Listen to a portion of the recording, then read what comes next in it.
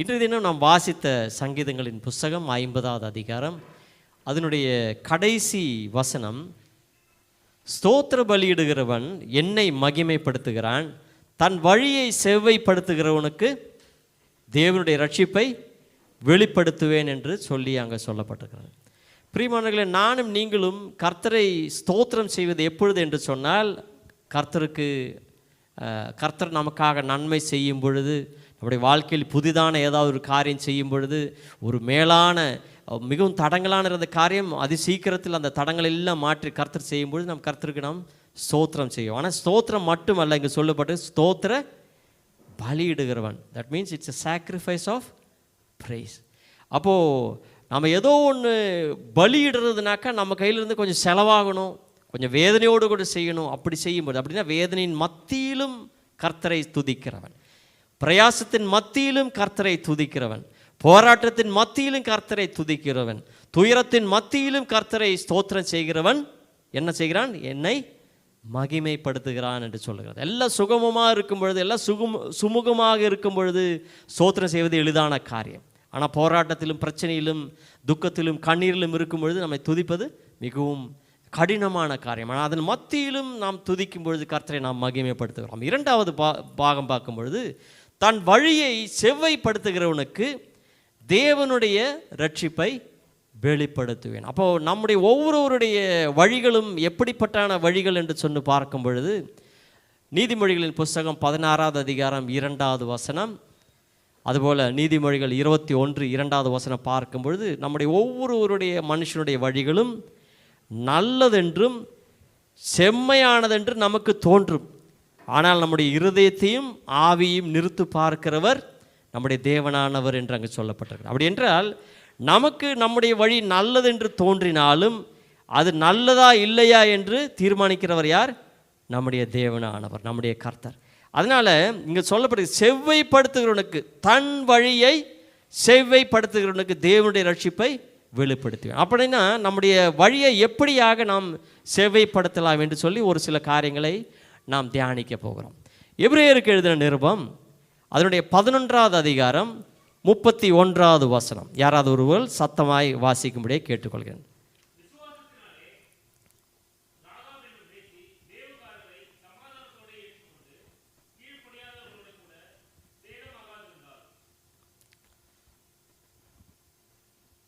இது யார் ராகவங்கிறது யாருன்னு உங்களுக்கு தெரியும்னு நினைக்கிறேன். இருந்தாலும் இன்னொரு முறை கடை வாசிக்க முடியுமா ப்ளீஸ்? விசுவாசத்தினாலே ராகாப் என்னும் பேசி, ஹல்லேலூயா, வாசிங்க பிரதர்.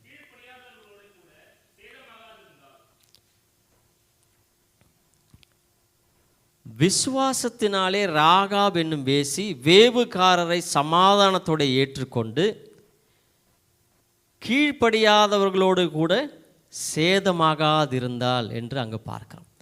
பிரியமானவர்களை, இங்கு பார்க்கும் பொழுது ஒரு வேசியான ஸ்திரீ, மிகவும் துன்மார்க்கத்தில் வாழ்ந்து கொண்டிருந்த ஸ்திரீ, ஆனால் அவள் விசுவாசத்தினாலே வேவுகாரரை சமாதானத்தோடு ஏற்றுக்கொண்டு, இது எங்கே சொல்லப்பட்டிருக்குதுன்னு பார்க்கும் பொழுது, யோசுவாவின் புத்தகம் அதனுடைய 2வது அதிகாரம் அங்கு பார்க்கும் பொழுது, எரிகோ பட்டணம் எப்படி இருக்கிறது, கானானி தேசம் எப்படியாக இருக்கிறது, போய் வேவு பார்த்து வாருங்கள் என்று சொல்லி யோசுவா ஆட்களை அனுப்புகிறார்கள். அப்போ அவர்கள் போகிறார்கள். அங்கே போன பொழுது அவர்கள் அங்கே எரிகோ தேசத்துக்குள்ளாய், அந்த பட்டணத்துக்குள்ளாய் கடந்து சென்ற பொழுது இந்த வேசியினோட வீட்டுக்குள்ளாக அவர்கள் கடந்து செல்லுகிறார்கள். அப்போது அங்கே அந்த ஸ்திரீயானவருடைய வீட்டிற்கு 2 மனுஷர் ரகசியமாக வேவு பார்க்க வந்திருக்கிறார்கள் என்று சொல்லி அந்த தேசத்தினுடைய ராஜா அறிந்த பொழுது, அந்த வேசியின் வீட்டுக்குள்ளாக அந்த ராஜா ஆட்களை அனுப்புகிறார். உங்களிடத்தில் வந்த அந்த ஆட்களை நீங்கள் வெளியே அனுப்புங்கள், அவர்கள் வேவுக்காரர்கள், அவர்களை பிடிக்க வேண்டும் என்று சொல்லி. ஆனால் தேசத்தை வேவு பார்க்கும்படி இஸ்ரவேல் புத்திரர் சில மனுஷர் இந்த ராத்திரியில் இங்கே வந்தார்கள் என்று எரிகோவின் ராஜாவுக்கு சொல்லப்பட்டது. 2வது வசனம். 3வது வசனம், அப்பொழுது எரிகோவின் ராஜா ராகாபண்டை கால் அனுப்பி, உன்னிடத்தில் வந்து உன் வீட்டுக்குள் பிரவேசித்த மனுஷரை வெளியே கொண்டு வா, அவர்கள் தேசத்தை எல்லாம் வேவு பார்க்கும்படி வந்தார்கள் என்று சொல்ல சொன்னான். அந்த ஸ்திரீ அவ்விரண்டு மனுஷரையும் கொண்டு போய் அவர்களை ஒளித்து வைத்து, மெய்தான், என்னிடத்தில் மனுஷர் வந்திருந்தார்கள், ஆனாலும் அவர்கள் எவ்விடத்தாரோ எனக்கு தெரியாது. வாசலை அடைக்கும் நேரத்தில் இருட்டு வேளையிலே அந்த மனுஷர் புறப்பட்டு போய்விட்டார்கள். அவர்கள் எங்கே போனார்களோ எனக்கு தெரியாது. அவர்களை சீக்கிரமாய் போய் தேடுங்கள், நீங்கள் அவர்களை பிடித்து கொள்ளலாம் என்றாள். அவள் அவர்களை வீட்டின் மேல் ஏற பண்ணி வீட்டின் மேல் பரப்பப்பட்ட சணல் தட்டைகளுக்குள்ளே மறைத்து வைத்திருந்தாள். அந்த மனுஷர் யோர்தானுக்கு போகிற வழியில் துறைகள் மட்டும் அவர்களை தேட போனார்கள். அவர்களை தேடுகிறவர்கள் புறப்பட்ட உடனே வாசல் அடைக்கப்பட்டது. அந்த மனுஷர் படுத்துக்கொள்ளும் முன்னே அவள் வீட்டின் மேல் அவர்களிடத்துக்கு ஏறி போய், கர்த்தர் உங்களுக்கு தேசத்தை ஒப்பு கொடுத்தார் என்றும், உங்களை பற்றி எங்களுக்கு திகில் பிடித்திருக்கிறது என்றும், உங்களை குறித்து தேசத்து குடிகள் எல்லாரும் சோர்ந்து போனார்கள் என்றும் அறிவேன். நீங்கள் எகிப்திலிருந்து புறப்பட்ட போது, 10வது வசனம், கர்த்தர் உங்களுக்கு முன்பாக சிவந்த சமுத்திரத்தின் தண்ணீரை வற்றி போக பண்ணினதையும், நீங்கள் யோர்தானுக்கு அப்புறத்தில் சங்காரம் பண்ணின எம்மோரியரின் 2 ராஜாக்களாகிய சீகோனுக்கும் ஓகுக்கும் செய்ததையும் கேள்விப்பட்டோம். கேள்விப்பட்ட போது எங்கள் இருதயம் கரைந்து போயிற்று, உங்களாலே எல்லாருடைய தைரியமும் அற்று போயிற்று. உங்கள் தேவனாகிய கர்த்தரே உயர்வானத்திலும் கீழே பூமியிலும் தேவனானவர். எல்லாரும் சொல்லலாமா? உங்கள் தேவனாகிய கர்த்தரே உயர வானத்திலும் கீழே பூமியிலும் தேவனானவர்.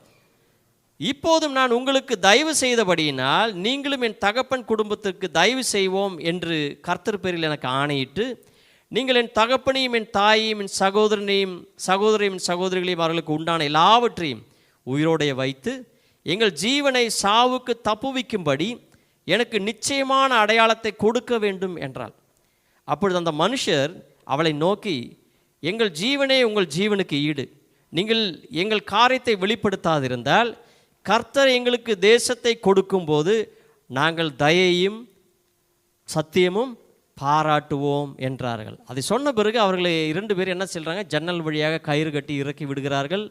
அவர்கள் திரும்பி யோசுவாவினிடத்தில் கடந்து போகிறதாய் பார்க்கிறோம். இங்கே பாருங்கள், இந்த எபிரேயருடைய அந்த இது நம்ம வாசித்து இல்லைங்களா, அந்த வாசித்த அதே அதிகாரம் அதில் முதல்ல 2 வசனங்களை வாசிக்கும் பொழுது 29வது வசனம், எபிரேயர் 11:29, விசுவாசத்தினாலே அவர்கள் சிவந்த சமுத்திரத்தை உலர்ந்த தரையை கடந்து போவது போல கடந்து போனார்கள். யார்?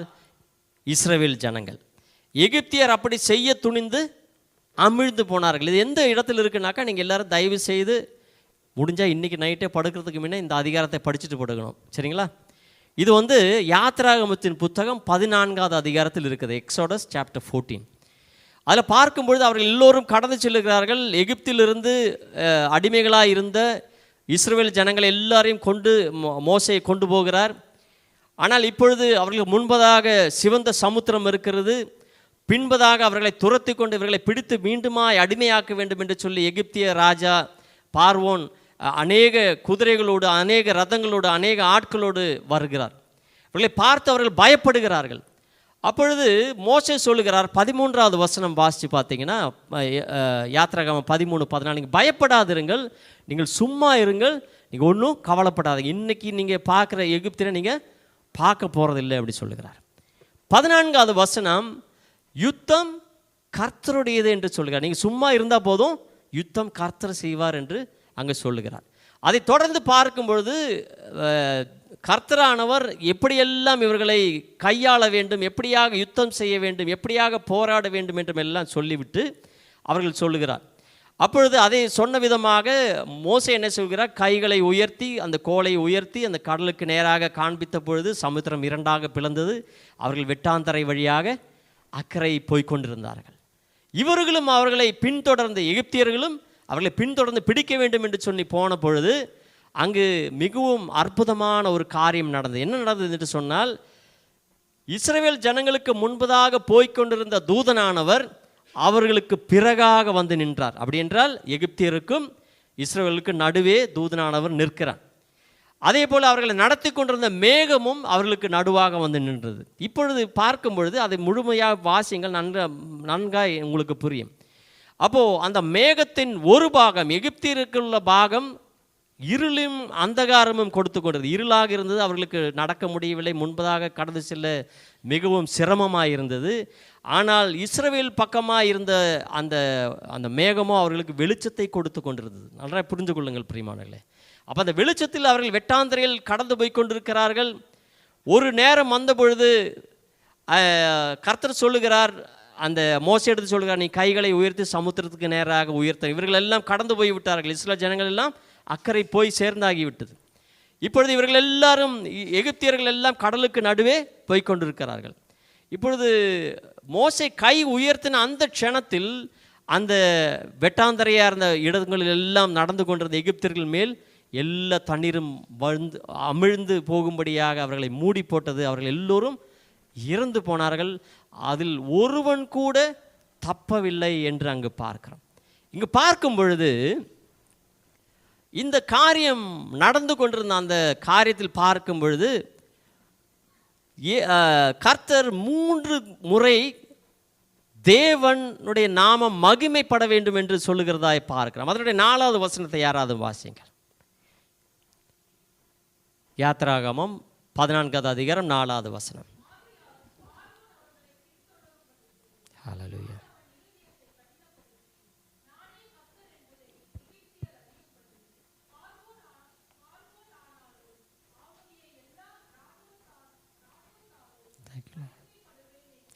இராணுவத்தாலும் நான் மகிமைப்படுவேன் என்றார். அப்போ இனி அடுத்தது 17வது வசனம்.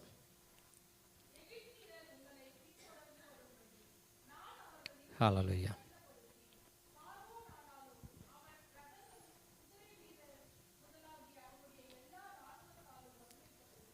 பாருங்க, 2வது முறை மகிமைப்படுவேன். 3வது இடம் 18வது வசனம் வாசிங்க.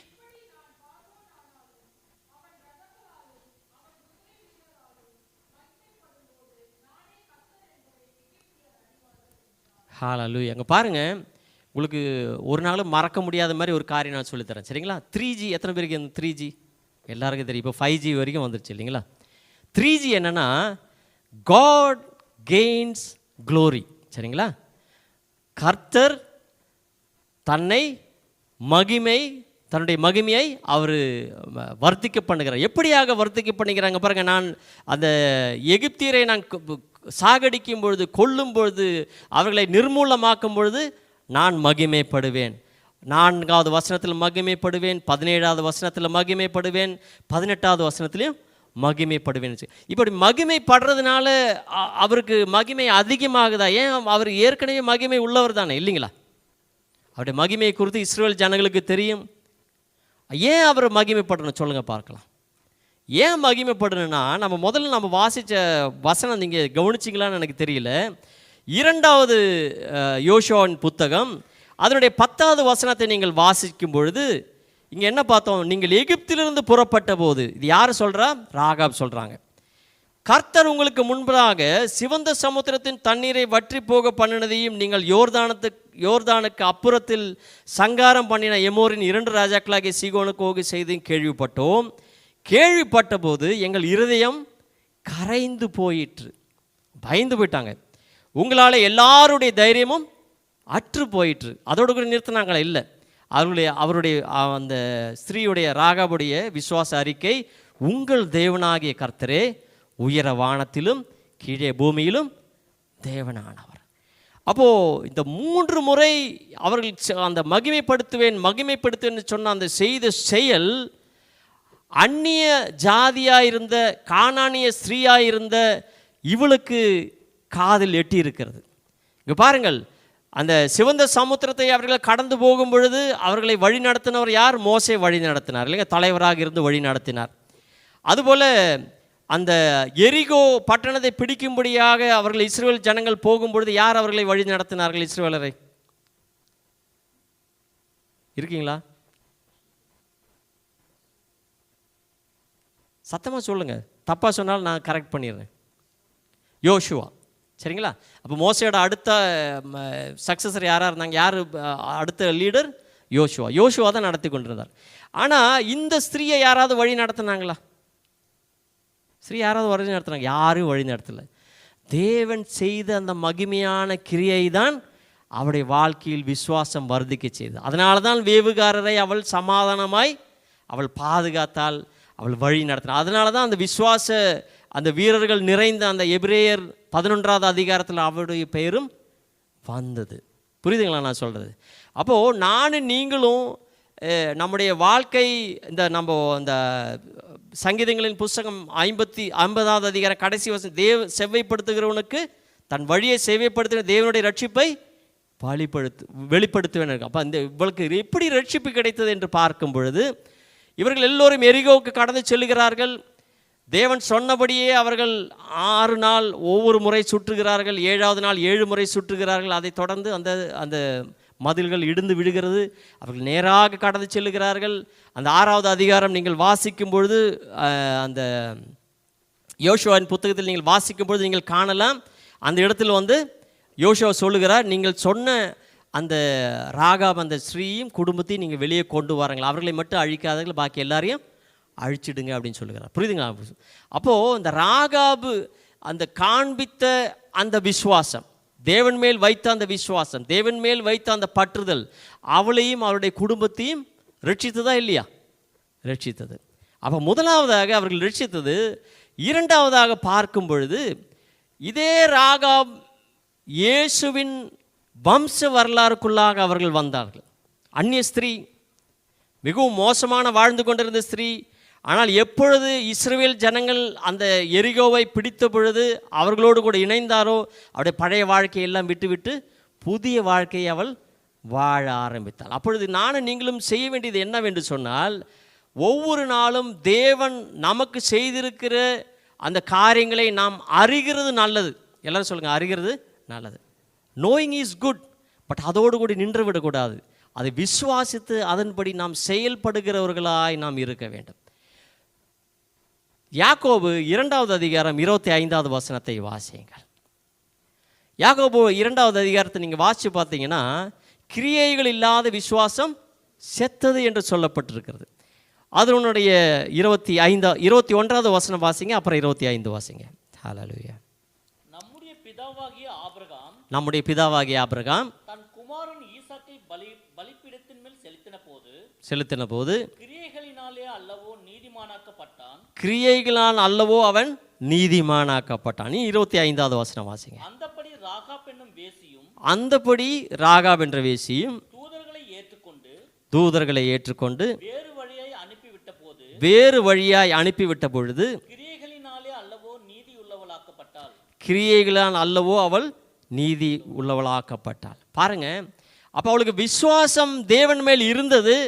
ஆனால் அது கிரியையாக எப்பொழுது காண்பித்தால், அந்த வேவுகாரரை பாதுகாத்து பராமரித்து அவர்களை தப்பிக்கும்படியாக அனுப்பின பொழுது. அப்படி செய்கிறது மிகவும் எளிதான காரியமாக யோசித்து பாருங்கள். அவளுடைய சொந்த வாழ்க்கையை அவள் பணயம் வைத்து அது செய்தாள். She risked her life. இது ராஜாவுக்கு தெரிஞ்சிருந்தால் அவளை கொன்றிருப்பார்கள் இல்லைங்களா? ஆனால் என்னுடைய ஜீவன் போனாலும் பரவாயில்லை, என்னுடைய குடும்பத்தை காப்பாற்ற வேண்டும், இந்த தேவனை நான் நேசிக்க வேண்டும், இந்த தேவன் மேல் நான் விசுவாசம் வைத்திருக்கிறேன் என்று சொல்லி தன்னைத்தானே பணயம் வைத்தபடியினால் அவள் மட்டுமல்ல, அவருடைய குடும்பம் முழுவதுமாக ரட்சிக்கப்பட்டாச்சு என்று பார்க்கிறோம். அப்போது அது மட்டுமல்ல, நாம் முதல்ல சொன்னது போல மத்தேயுவின் சுவிசேஷம் 1வது அதிகாரம் 5வது வசனத்தை எடுத்து வாசியுங்கள். மத்தேயுவின் சுவிசேஷம். போவாஸ் யார்கிட்ட பெற்றாங்க? ராகாப். இந்த ராகாப் யார்? இந்த இப்போ நான் வாசித்து கொண்டிருக்க இந்த ராகாப் தான் போவாஸை பெற்றாள். போவாஸ் ஈசாயை பெற்றான். ஈசா யார் பெற்றான்? தாவீதை பெற்றான். பார்த்தீங்களா? அப்போது இந்த அந்நிய ஜாதியாக இருந்த ஸ்திரீ, மிகுந்த துர்நடப்பாக இருந்த ஸ்திரீ எப்படியாக இதற்குள்ளாக வந்தால், விசுவாசத்தினால் அவள் ரட்சிக்கப்பட்டாள். தன்னுடைய வழியை செவ்வைப்படுத்தின பொழுது ரட்சிக்கப்பட்டாள். சொல்கிறது புரியுதுங்களா? அப்போ யாரையும் நாம் என்ன சொல்ல விதிக்கவே கூடாது. We should not judge anyone. எல்லோரும் சொல்லுங்கள், நான் யாரையும் ஜட்ஜ் பண்ண மாட்டேன். நம்ம ஜட்ஜ் பண்ணுறதுக்கு நம்ம யாரும் கிடையாது. நம்ம ஒரே ஒரு ஜட்ஜ் தான் இருக்கிற நியாயாதிபதி யார்? நம்முடைய தேவன். இன்றைக்கி வாசித்த அந்த சங்கீதங்களின் புஸ்தகத்தில் மிகவும் துல்லியமாக எங்கே சொல்லப்பட்டிருக்கு. 50வது அதிகாரம் அதனுடைய 6வது வசனம், தேவனே நியாயாதிபதி. He is the only judge. சரிங்களா? வேறு யாருமே நியாயாதிபதி கிடையாது. அதனால் நானும் நீங்களும் இந்த ராகாபை போல தேவன் செய்திருக்கிற நன்மைகளை அறிகிறது மட்டுமல்ல, அதை அறிந்து விசுவாசித்து செயல்படும் பொழுதுதான் நானும் நீங்களும் நம்முடைய வாழ்க்கையில் ஒரு ஆசீர்வாதம் உண்டாகும். அவளுடைய குடும்பத்தில் இருக்க எல்லோரும் ரட்சிக்கப்பட்டார்கள், எல்லோரும் தப்பித்து விட்டார்கள், எல்லோரும் ஒரு புதிய வாழ்க்கை வாழும்படியாக இஸ்ரவேல் ஜனங்களோடு கூட சேர்ந்து அவர்கள் வாழ ஆரம்பித்தார்கள். ஆனால் நானும் நீங்களும் ஒரு காரியத்தை நாம் அறிந்து கொள்ள வேண்டும். இந்த சிவந்த சமுத்திரத்தின் வழியாக அவர்கள் கடந்து போன பொழுது அநேகர் கடந்து போனார்கள். தேவனுடைய வல்லமையை கண்ணார கண்டார்கள், காதார கேட்டார்கள், அவர்கள் உணர்ந்து அந்த வெட்டாந்தரை வழியாக நடந்து போனார்கள் இல்லைங்களா? ஆனால் அந்த நடந்து போன மனிதர்களுக்கு மத்தியில் கோராகு, நாதான், ஆபிராம் என்ற 3 சகோதரர்கள் இருந்தார்கள். இவர்கள் 3 பேரும் என்னாகமம் 16வது அதிகாரத்தில் நீங்கள் வாசித்து பாருங்கள், வீட்டுக்கு கடந்து வாசித்து பார்த்தீங்கன்னா, இவர்கள் எல்லோரும் மோசேக்கு எதிராக அவர்கள் பேசவும், அவர்கள் தூஷணமாக பேசவும், அவர்களுக்கு எதிராக பேசவும் ஆனபடியால் அவர்கள் எல்லோரும் அழிந்து போனார்கள். நான் சொல்கிறது புரியுதுங்களா? அந்த சிவந்த சமுத்திரத்தில் நடந்து போனது உண்மைதான், ஆனாலும் அவர்கள் பிழைக்கவில்லை, அவர்கள் அழிந்து போய்விட்டார்கள். இரண்டாவது, ஆரோனின் மகன் 2 மகன்கள் இருந்தார்கள், நாதாவும் அபியும். அவர்கள் 2 பேரும் என்ன பண்ணினார்கள்? லேவியரின்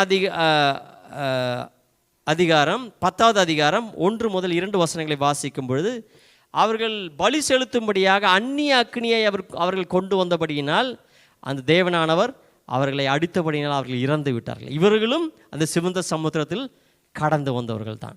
இதோடு கூட வேற ஒரு டீம் இருக்காங்க. யாருனாக்கா, இந்த எரிகோ பட்டணத்தை போய் வேவு பார்த்து வரும்படியாக அனுப்பும் பொழுது அந்த கானான் தேசத்தை வேவு பார்த்து அனுப்ப வேண்டும் என்று சொல்லி அவர்கள் முன்பதாக கடந்து சென்ற பொழுது, என்னாகமம் 13வது அதிகாரத்தில் நீங்கள் வாசிக்கலாம், 25 முதல் 33 வரை.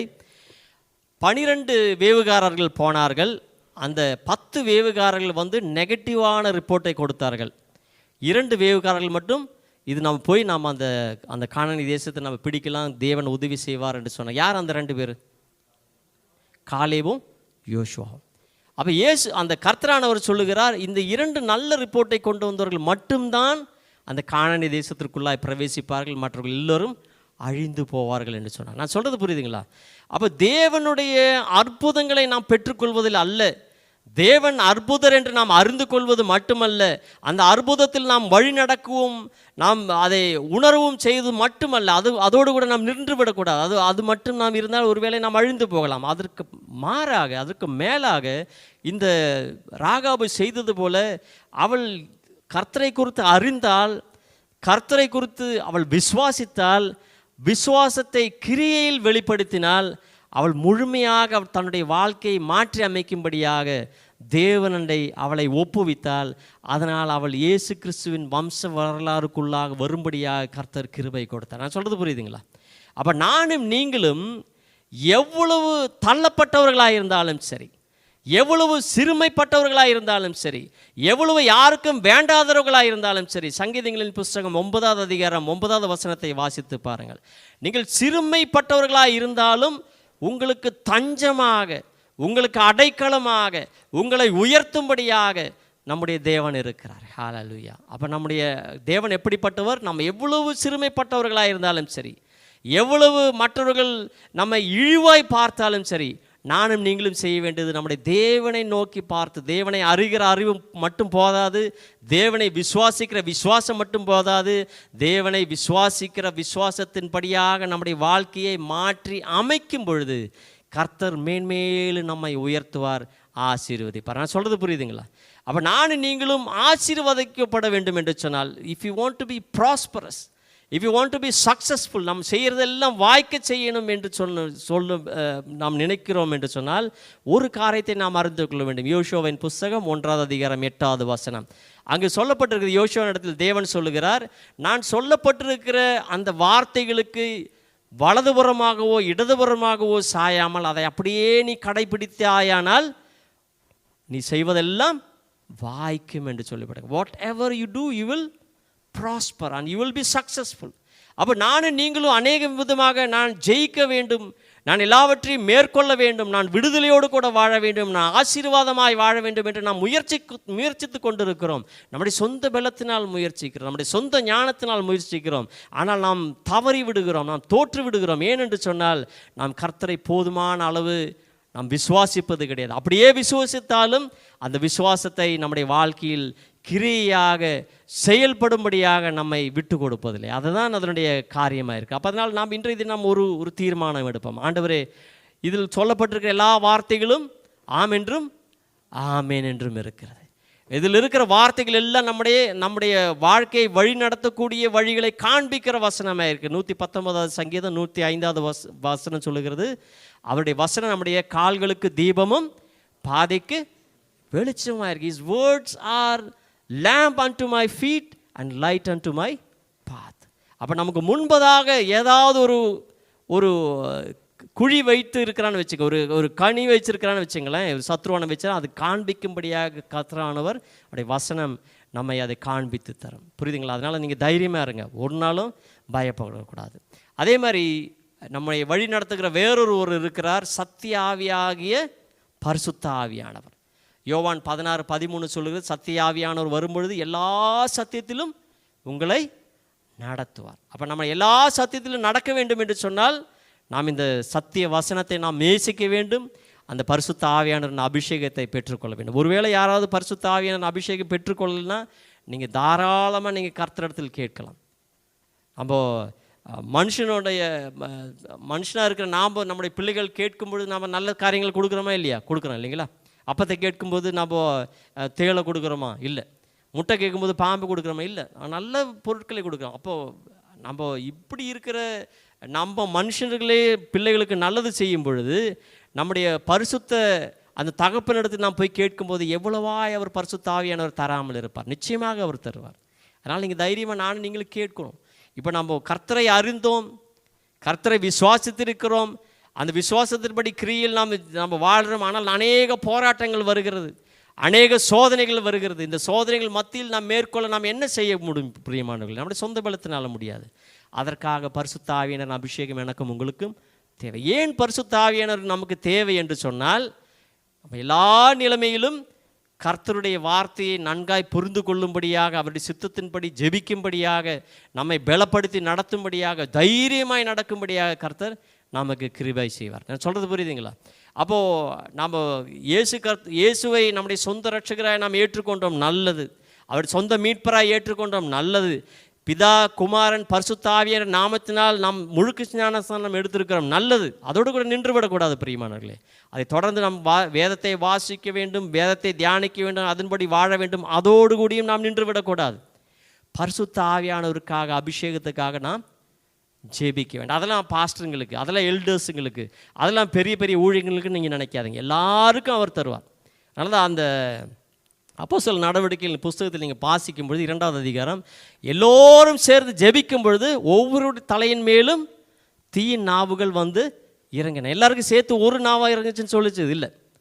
So everyone, each and every one, you are unique and each and every one you can receive the holy spirit. உங்களால் முடியும். எப்பொழுது? உங்களை மனதை முற்றிலுமாய் தேவனுடைய சந்நிதியில் சமர்ப்பித்து, இந்த ராகாபை போல அவள் தவறான வாழ்ந்து கொண்டிருந்தது தான். ஆனால் ஒரு நிலைமை வந்த பொழுது அந்த வாழ்க்கையிலிருந்து அவள் மாறி முற்றிலுமாய் தேவனிடத்தில் ஒப்புவித்த பொழுது அவள் வாழ்க்கையை மாற்றி அமைத்தார். அதே போல் என்னையும் உங்களையும் மாற்றி அமைக்க அவரால் கூடும் பிரியமானவர்களே. ஒரே ஒரு காரியம் நாம் செய்ய வேண்டியது, கர்த்தருடைய பிரசன்னத்தில் தான் நமக்கு ஆலோசனை உண்டு. எல்லோரும் சொல்லுங்கள், கர்த்தருடைய பிரசன்னத்தில் தான் ஆலோசனை உண்டு. கர்த்தருடைய பிரசன்னத்தில் தான் நமக்கு போதுமான ஞானம் நமக்கு கிடைக்கும். அப்போ கர்த்தருடைய சந்நிதியில் வரும்பொழுதெல்லாம் நாம் எல்லா நேரங்களிலும் ஆண்டவரிடத்திலிருந்து நாம் ஞானத்தை கேட்டுக்கொண்டே இருக்க வேண்டும். ஒரே ஒரு காரியத்தை சொல்லிவிட்டு நாம் ஜெபிப்போம், சரிங்களா? இப்போ சமீபமாக ஒரு ஊழியக்காரனிடத்திலிருந்து எனக்கு இந்த சத்தியம் எனக்கு கிடைத்தது.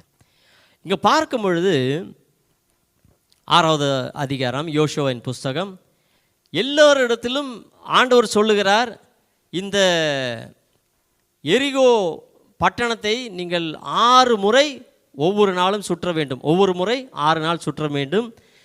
7வது நாள் 7 முறை சுற்ற வேண்டும். அதற்கு பிறகு அதனுடைய 20வது வசனத்தை வாசிப்பீர்களா? எக்காலத்தை ஊதுகையில் ஜனங்கள் ஆர்ப்பரித்தார்கள். எக்கால சத்தத்தை ஜனங்கள் கேட்டு மகா ஆரவாரத்தோடு முழங்குகையில் அலங்கம் இடிந்து விழுந்தது. அலங்கம்னாக்கா அந்த எரிகோ மதில் இடிந்து விழுந்தது. உடனே ஜனங்கள் அவர் தங்களுக்கு நேராக பட்டணத்தில் ஏறி பட்டணத்தை பிடித்து அவங்க போகிறாங்க. பட்டணம் பிடிச்சிட்டாங்க. புரியுதுங்களா? அப்போது இங்கே பாருங்கள், இந்த எரிகோ என்ற பட்டணத்தை பார்க்கும் பொழுது மனுஷ பிரகாரமாக இராணுவ பிரகாரமாக நாம் சிந்திக்கிறோம் என்றுனாக்கா இது எப்படி இதை மேற்கொள்ளணும்? ஒன்று புல்டோசரு இல்லைன்னா இதை அணுகுண்டு கிண்டு போட்டு தான் உடைக்க முடியும். அந்த காலத்தில் அதெல்லாம் இல்லை. சரிங்களா? விட்டுருங்க. இரண்டாவது, முற்றுகை எந்திரம் எப்படியாவது சைடில் ஏதாவது வழிகிழி போட்டு போய் பிடிக்கணும். அதுவும் முடியல. மூன்றாவது, எங்கேயாவது கீழே குழிகிழி தோண்டி டனல் மாதிரி வச்சு அடி வழியாக உள்ளே போய் சுரங்க பாதையாக உள்ளே போய் பிடிக்கணும். அதுவும் செய்ய முடியல. இல்லைனா இன்னொரு விஷயம்னா சுத்தமே அந்த அந்த கோட்டைக்கு சுத்தமே அவங்க யாரும் உள்ளே வரல வெளியும் போலன்னு சொல்லப்பட்டிருக்கு இல்லைங்களா? அங்கே நீங்கள் வாசிங்கன்னா தெரியும். இப்போ எல்லாம் காத்துட்ருக்கீங்க. எல்லாம் சாப்பாடெலாம் முடிஞ்சு அவங்க மிகவும் சோர்ந்து போய் பசியோடு கூட அங்கே கோட்டையை திறக்கும்போது நான் பிடிச்சிடலாம் நாங்கள் வெயிட் பண்ணாங்களா? இல்லை. இதுதான் நான் 4-5 விதமாக சொல்லிட்டேன் இல்லைங்களா? இப்படிலாம் பண்ணலாம். ஆனால் இவர்கள் மனுஷனுடைய ஞானத்தை அவர்கள் சார்ந்து இருக்கவில்லை. நீதிமொழிகளின் புஸ்தகம் 3வது அதிகாரம் 5-6 வசனங்களை வாசியுங்கள். உன் சுய புத்தியின் மேல் சாயாமல் உன் முழு இருதயத்தோடும் கர்த்தரில் நம்பிக்கையாயிருந்து உன் வழியில் எல்லாம் அவரை நினைத்துக்கொள், அப்பொழுது உன் பாதையை அவர் செம்மைப்படுத்தும். So we have to not to trust in our own understanding, but we should not lean on our own understanding, but we should trust in the Lord. ஆண்டவரை நாம் நினைச்சுக்கணும். அப்படியாக அவர்கள் நம்பின பொழுது அவருக்கு கர்த்தர் சொன்ன வழிதான் இப்படியாக செய்யுங்கள் அப்படி சொன்ன பொழுது யாரோட மூளைக்கு வந்ததை இந்த மாதிரி செய்யணுன்ட்டு யாருக்கும் இதுக்கு முதல்ல நடந்திருக்குதா? இல்லை. இதற்கு அப்புறம் நடந்திருக்கா தெரியாது. ஆனால் அவர்கள் செய்தார்கள். அப்போ இங்கே என்ன நடந்ததுன்னா, இங்கே இருக்கட்டும், இதே ஒரு அந்த அந்த அந்த வசனத்தை வச்சுங்க. இவங்க எல்லோரும் சுற்றி வந்தார்கள், அந்த மதில் இடிந்து விடுது. இன்னும் ஒரு வசனத்தை வாசிங்க. சங்கீதம் 18வது அதிகாரம் அதனுடைய 25வது வசனம், 29வது வசனம், மன்னிக்குவோம். ஹல்லேலூயா. உம்மாலே நான் ஒரு சேனைக்குள் பாய்ந்து போவேன்,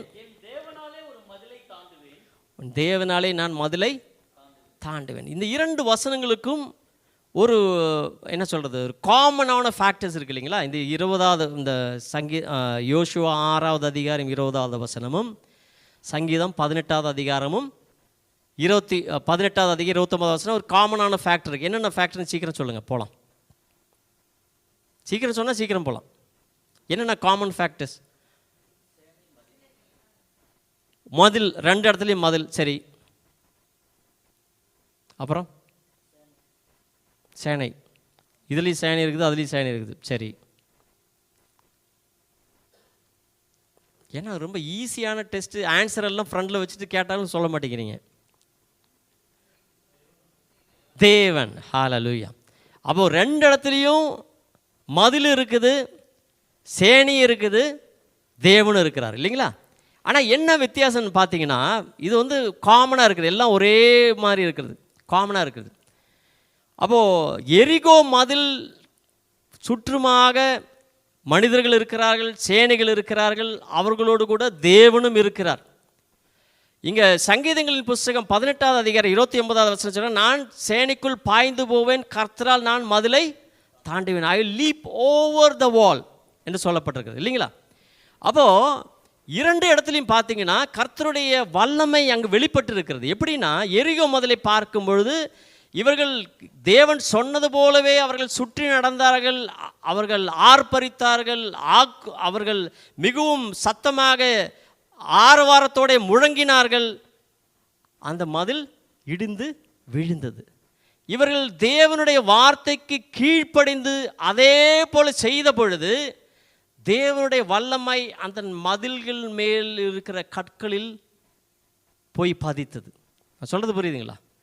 so the power of God was hitting the wall of Jericho. சரியா? ஆனால் 18வது அதிகாரம் 29வது வசனம் சங்கீதங்களில் பார்க்கும் பொழுது மதில் அங்கேயே தான் இருக்குது. மதில் இடிஞ்சு விழுந்து நான் சொல்லியிருக்குது இல்லை, நான் மதிலை தாண்டுவேன்னு சொல்லுங்க. அப்படின்னா என்ன அர்த்தம்னா, இப்போ நான் சொன்னது போல் நமக்கு வேண்டியது என்ன? பரிசுத்த ஆவியானவருடைய அபிஷேகம். நம்முடைய வாழ்க்கையில் பிரச்சனை இருக்கும் பொழுது பிரச்சனை அங்கேயே தான் இருக்கும். ஆனால் பிரச்சனையை மேற்கொண்டு நாம் கடந்து போகக்கூடிய வல்லமையை எனக்குள்ளும் உங்களுக்குள்ளும் தேவன் நமக்கு தர வல்லவராக இருக்கிறார். அந்த சங்கீதக்காரன் சொன்னது போல், நான் மதிலை தாண்ட கர்த்தர் எனக்கு உதவுவார். அதுதான் அதனுடைய அர்த்தம். சரிங்களா? அப்போது power of God remains the same. ஆனால் எங்கே வேலை பார்க்குற காரியம். சரிங்களா? எரிகோ மதில்ல அது கிரியை செய்தது. ஆனால் சங்கீதங்களின் புஸ்தகத்தில் பார்க்கும் பொழுது அந்த மனிதனில் அது கிரியை செய்தது. நீங்களும் தேவனுடைய பிரிய மக்கள்களாக இருக்கிறவங்க, மகள்களாக இருக்கிறோம். அப்போ நீங்களும் பரிசுத்த ஆவியானவரை எனக்கு வேண்டும் என்று சொல்லும் பொழுது, அவர் நமக்குள்ளாய் செயல்படும் போது, கிரியை செய்யும் பொழுது, நமக்கு முன்பதாக எவ்வளவு பெரிய எரிகோ மதிலாக இருந்தாலும் அதை தாண்டி கர்த்தர் வைத்திருக்கிற அந்த வாக்குத்தத்த தேசத்திற்குள்ளாய் கொண்டு போக கர்த்தர் வல்லவராக இருக்கிறார். எல்லோரும் விசுவாசமாக இருக்கிறவர்கள் எல்லாரும் எழுந்து நிற்போம், நாம் ஜெபிப்போம்.